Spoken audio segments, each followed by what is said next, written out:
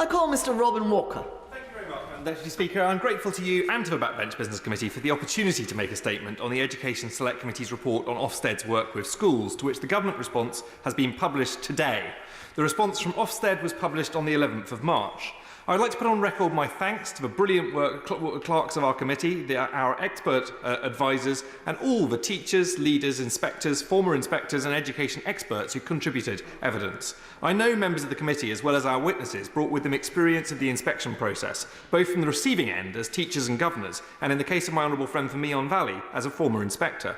I know that the pressures of local elections mean that many members who contributed to this report can't be here today, but I am glad that we were able to make all of our recommendations unanimously, and I am grateful for the contributions of members on all sides of the House. Our inquiry was called in the midst of heightened concern about school inspection following the tragic events at Caversham Primary School, and whilst the inquiry was not focused on that specific case and had to be careful not to trespass on the work of the coroner, which was ongoing for much of its duration, I do want to pay tribute to the family of Ruth Perry for the dignified and thoughtful way in which they have sought to raise concerns, ensure lessons are learned and reforms made. The coroner reported just before the end of the inquiry, and we included in our report a commitment to follow up on all of their recommendations, something that I know every member of my committee is looking forward to being able to do. We shall be taking evidence from the new Chief Inspector before the summer. Through the inquiry, we heard widespread agreement on the importance of an accountability system and the role of an independent inspectorate, but also concerns around stress and anxiety experienced by school staff due to the high-stakes nature of Ofsted's inspections. The report highlighted criticisms both of how inspections are carried out and reported, the workload they generate and the complaint system. We heard concerns from current and former inspectors about the length and depth of inspection, and we took evidence on the impact of successive frameworks over time. The committee heard that relations between Ofsted and the school sector have become extremely strained and that trust in the inspectorate was worryingly low. We said in our report that the appointment of a new Chief Inspector provided a crucial opportunity to restore trust, and in that regard our first recommendation was that in his big listening with the sector, His Majesty's Chief Inspector must ensure he is listening to a wide range of views, including those of teachers, school and trust leaders, governors, parents and pupils. In doing this, he must ensure that Ofsted is genuinely open to engage and willing to reflect on where it needs to improve. We're glad to see that in both Ofsted and the department's responses, this process is being treated seriously. Ofsted said, "We have done much since January 2024, but much more is to come. We launched the Big Listen in March 24. We want to hear from those we work with and those we work for. We know that we need to do more. Ensuring inspections are carried out with professionalism, courtesy, empathy and respect, and conducting a listening exercise are not enough. Action must and will follow. We fundamentally believe that those actions should not be based on the views of HMCI alone. That is why we are conducting a serious exercise to gather the views of as many people as possible where nothing is off the table." And the department does place welcome emphasis in its response today on that Big Listen. It mentions the process no fewer than 20 times in the space of 15 pages of response.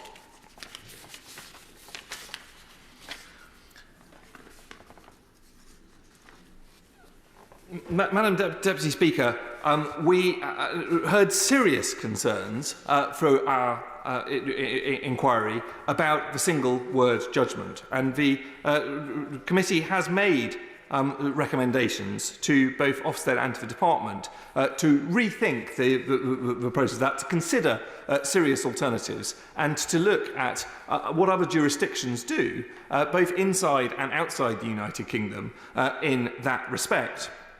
As part of that, we encourage them to use this process to engage in a serious discussion about genuine alternatives. And we also encourage them both not just to focus on the overall judgment, but to encourage schools and the department to look at all the sub-judgments that are reached within Ofsted's reports and publicise those just as much as they do the headline judgment. In their responses, Ofsted have been clear that this is within the scope of the Big Listen, and the department, while stressing what they see as the significant benefits of the current system, were clear that they are continuing to listen to the sector's views and to look at alternatives to 4 single-word judgments, including, quote, looking at various approaches taken internationally.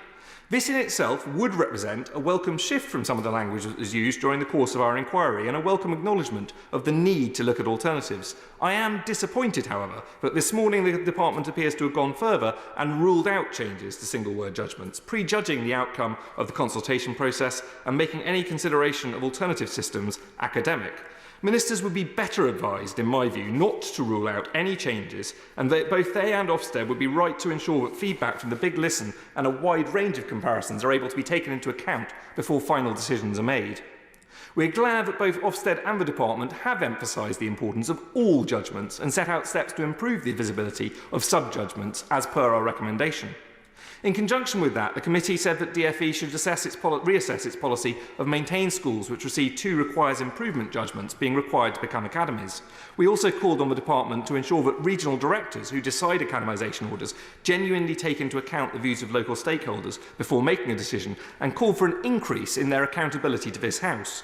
DfE's response says it keeps this policy under review and will have regard to stakeholders' views. It also argued that presumptions in favour of academy orders are rebuttable and that in each case the particular circumstances of the school, the needs of its pupils, will be assessed in the round in order to establish the best course of action. They confirm that, quote, in line with the Civil Service Convention across government, regional directors continue to be available to give evidence if called before Parliament, but go on to say approval for their attendance rests with the Secretary of State. I would hope that my committee or its successors will be able to hear evidence directly from them, and given the wide scope of their powers and their importance within the system, I think this is an important element of accountability. The committee also recommended that there is broad agreement that inspections are not currently long enough to cover the full framework and give an accurate picture of a school's performance. We accept that in the context of finite funding, any increase to the length of inspections would require a decrease in their frequency, and we're clear that we do not wish to return to the previous exemption for outstanding schools, which stayed in place for too long. On balance, we recognise there is a case to be made for a small reduction in the frequency of inspection in order to increase the value, length and depth of inspections. In the short term, the Department should work with Ofsted to enable the Inspectorate to reduce the frequency of inspections to approximately 5 to 6 years for good and outstanding schools, 3 to 4 for schools judged requires improvement or inadequate. This should be supported by better use of risk assessment to identify schools most in need of inspection. Ofsted should use the additional resource released by this change to enable inspections to be carried out in more depth. In the longer term, the Department should support Ofsted in making a strong case for the Treasury for additional funding to carry out in-depth inspections. Funding for Ofsted should not be seen in competition with school funding, and any additional funding for the Inspectorate must not result in less funding being made available to schools. Again, on the question of regularity and depth of inspections, Ofsted have been clear they wish to consult on these matters in the Big Listen, but pointed out quite reasonably that changing the 5-year timeframe is not in their gift as it is set in legislation. The Department have rejected our recommendation of considering a reduction in the regularity of inspections in order to increase their depth, but they have acknowledged that they will work in partnership with Ofsted to ensure it has appropriate resources to carry out its programme effectively. Perhaps unsurprisingly, Ofsted stated we very much welcome the committee's commitment to supporting us in asking for additional funding for more in-depth inspections. As an example, we could inspect schools in greater depth by ensuring every inspection is led by one of His Majesty's inspections, and the inspection team has an additional inspector on the team. This change could provide a number of additional benefits, including allowing more time to explore the school's unique approach or allowing for a dedicated focus on a national priority area in each inspection. They've costed this at £8.5 million a year, and we hope that ministers will consider this in future spending review discussions with the Treasury. Another area of key interest for the committee is MAT accountability, something my predecessor, as chair, called on Ofsted to have a role on. It was also called for in the Noble Lord Knight's Beyond Ofsted report and has enjoyed strong cross-party support in this chamber. The committee argued DfE should urgently authorise Ofsted to develop a framework for the inspection of MATs and set out plans for building expertise and capacity in this area. Ofsted, in their response, stated, "We welcome recommendation 28 and the committee agreeing with our evidence that the inspection of MATs is appropriate and inevitable."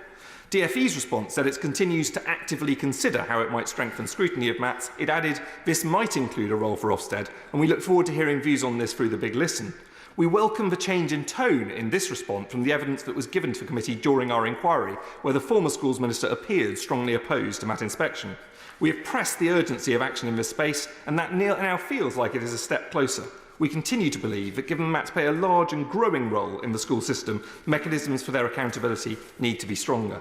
I welcome the acceptance of our recommendations 1, 2, 9, 15, 17 and 27 by Ofsted and their commitment to explore recommendations 1, 3, 5, 10, 13, 20 to 22 and 24 and 25 through the process of the Big Listen. The one recommendation they rejected was to conduct an independent review of the challenges for inspector retention, but they did so on the basis that they feel they already know the answers and this wouldn't be a good use of taxpayers' money, which I think we can understand. We welcome the respect that the government has shown to the process of the Big Listen through its response, but recognise that many will not be satisfied by conversations and will continue to call for more urgent reform.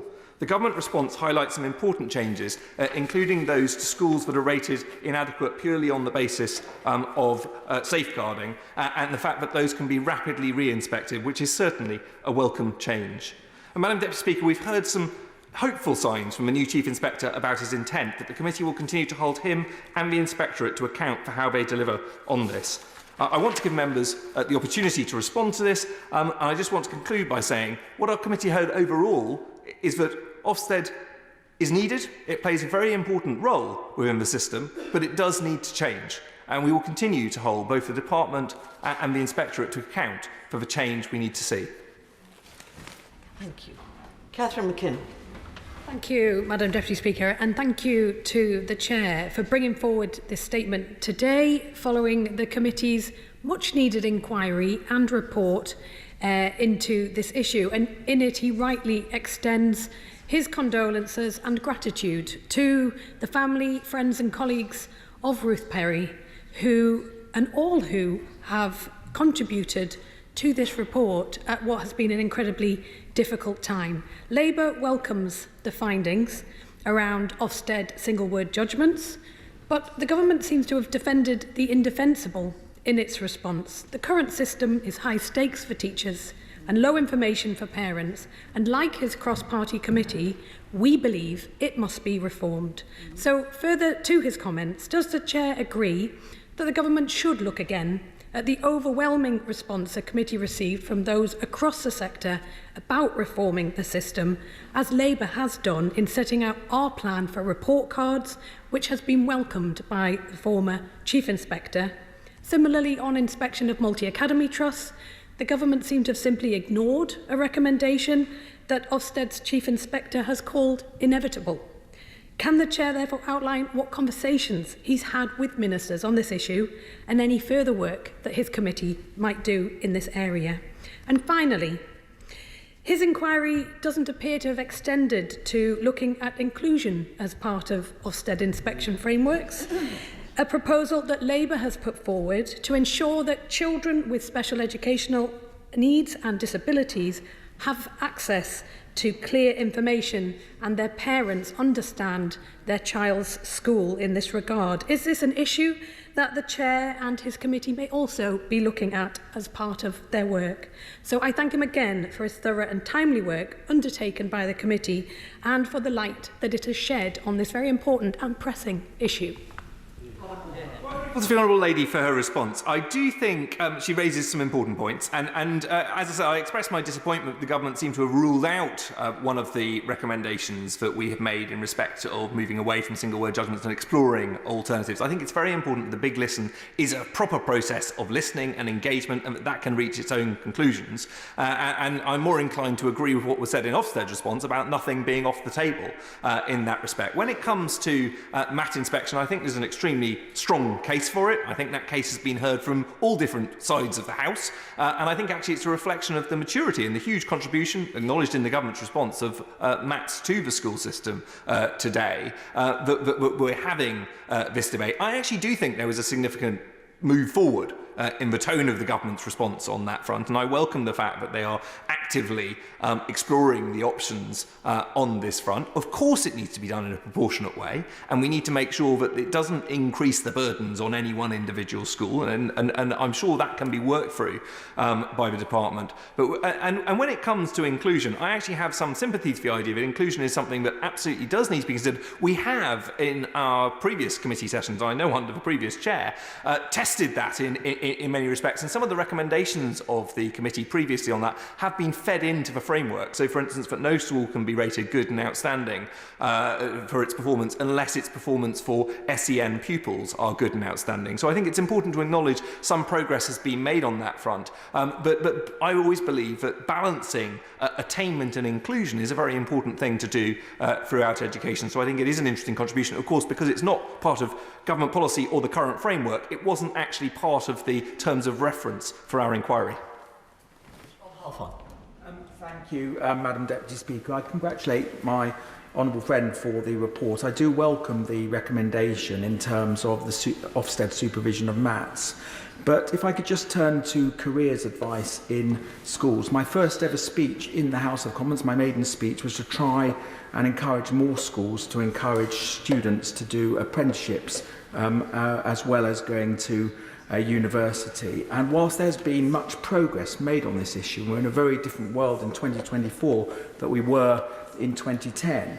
There is still much more work to be done and much more work to encourage students in all schools, that there are great T-level offerings, that there are great apprenticeship offerings as well. And would he not agree that Ofsted needs to have much tougher measures to ensure that schools are encouraging their students to take up all the apprenticeship and other skills offerings, so that students have other choices as well as going to a university?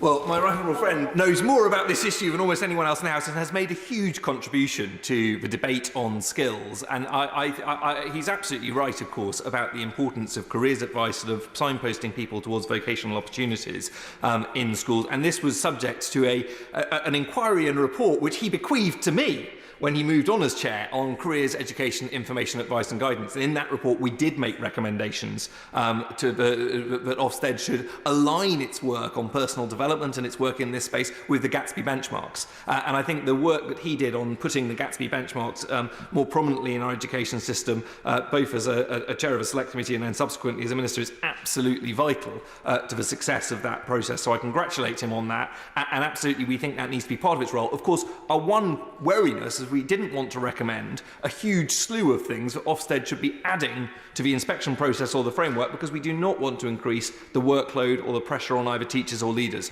So I think all of these things need to be looked at in proportion, but absolutely there is a place for ensuring that schools are providing the right careers advice and the right range of opportunities to their students. Matt Rodder. Thank you, Madam Deputy Speaker. And may I thank the Chair and the committee for their excellent work on this very, very important matter.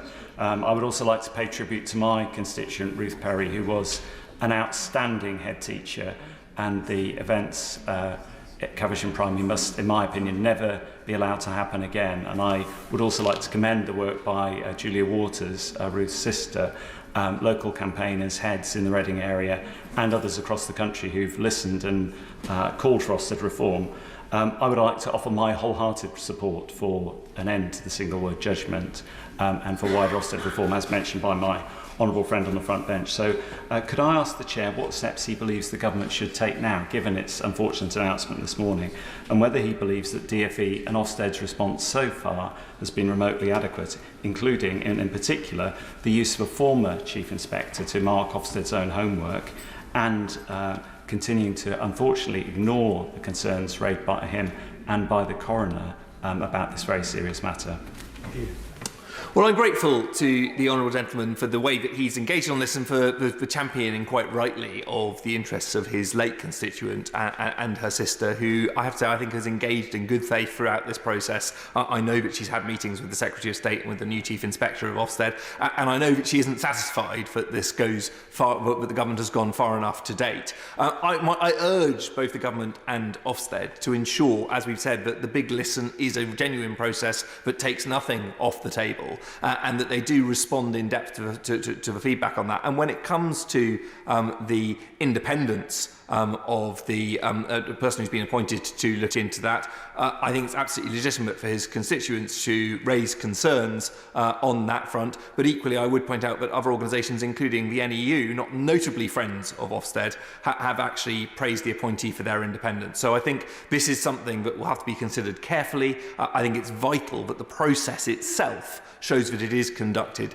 independently of both the current and former management of Ofsted, and shows that it can offer genuine insights into what went wrong at Caversham and how that can be put right. But I think it is important to acknowledge some of the changes which were in both the Ofsted and the government's response today in terms of steps that have already been taken to provide better support to head teachers in the future, and to change that approach to schools being rated inadequate on one factor so that they do get the opportunity to be re-inspected. And I think it is worth putting on the record that subsequent to re-inspection, Caversham Primary was then rated good, and that is something that I think shows that approach can and should work. Anna Firth. Thank you, Madam Deputy Speaker. As a member of the Education Select Committee myself, I want to thank my honourable friend for his excellent statement and for the fantastic report that it is based on today. And can I just take this moment, Madam Deputy Speaker, to also thank my honourable friend for being a brilliant chair of the Education Select Committee. An almost impossible job to take on, given the big boots that he had to fill. And I see the former Select Committee chair in his place, who has literally put the words degree apprenticeship into the Oxford English Dictionary. But on this report, Madam Deputy Speaker, and very briefly, I just want to talk about recommendation 28. Because the committee has recommended strongly that the process for MAT inspection should be delivered as a matter of urgency. That's a recommendation that was also made by predecessors and others, and indeed accepted by Ofsted itself. So I'm pleased with the change in tone from the government, actively considering. But would you agree with me? We need to go further. Given MATs are now the biggest part of the education system, we need to go beyond actively considering. We need to accept these recommendations, and the MAT inspection regime should now be delivered as a matter of urgency. In a word, yes. Kevin Brennan. Thank you, Madam Deputy Speaker. A long time ago, when I was a teacher and the Honourable Member for the Cities of London and Westminster was a pupil in Radda Comprehensive School where I was a teacher, we were inspected, and it is, a necessary part of the system, but it can be very challenging for all concerned. So I very much welcome if I can use a single word, the outstanding report from the Select Committee today, and I'm very disappointed that the government hasn't accepted its recommendations. One of the recommendations is about extending the length of time that schools could wait before they are re-inspected after an outstanding finding. And obviously some years ago the government had to row back from its previous position where it allowed outstanding schools who've been rated outstanding to go uninspected, often for as long as 15 years, with the result that upon re-inspection over 80% of them were found to have been downgraded in the time. And that was really a statistical fix, just to make it look as if there were more outstanding schools in the country. And we heard that over and over again in this chamber. Is he confident that if the period is extended, that we can avoid going back to that situation where schools are left to languish uninspected because of a previous outstanding report or finding, when in fact there are real problems in those schools? Well, the Honourable Gentleman, as he often does, raises, I think, a very important point. Give me a moment, Madam Deputy Speaker, when I became a minister in the department, one of the first questions I asked officials was this exemption still in place? Could we end it if it was still in place? And I was relieved to find out that, in fairness, my predecessor, the Right Honourable Gentleman for Bognor Regis, had already removed that outstanding exemption. If he hadn't, I would have done, because I share many of his concerns about how long it was in place for, and that was clearly a mistake. And it clearly built up pressure within the system, which was deeply unfortunate in some circumstances. I think where we are now, of course, we are back to a 5-yearly cycle. And what we were querying is, could we be more risk-based in our approach to that? All schools should be inspected on a regular basis, but I think there is an argument for good and outstanding schools to be inspected slightly less regularly, and those which are requires improvement or inadequate to be inspected more regularly so they have the opportunity to turn themselves around quickly. And that's the argument we were making.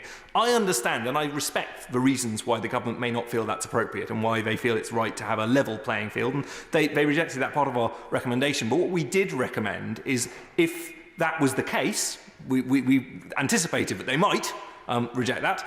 If that was the case, they really need to help Ofsted make the case to the Treasury for the funding it needs to do all of those inspections properly, and particularly for those schools which are in need of a turnaround, those schools which know that they need to improve, to have the resource and the support of a really in-depth inspection which engages with teachers across the board. So that's the case we were making, and I read the government's response as a partial acceptance of that case, albeit not one that puts us at any risk of returning to a situation in which schools languish, as he says, uninspected for long periods of time.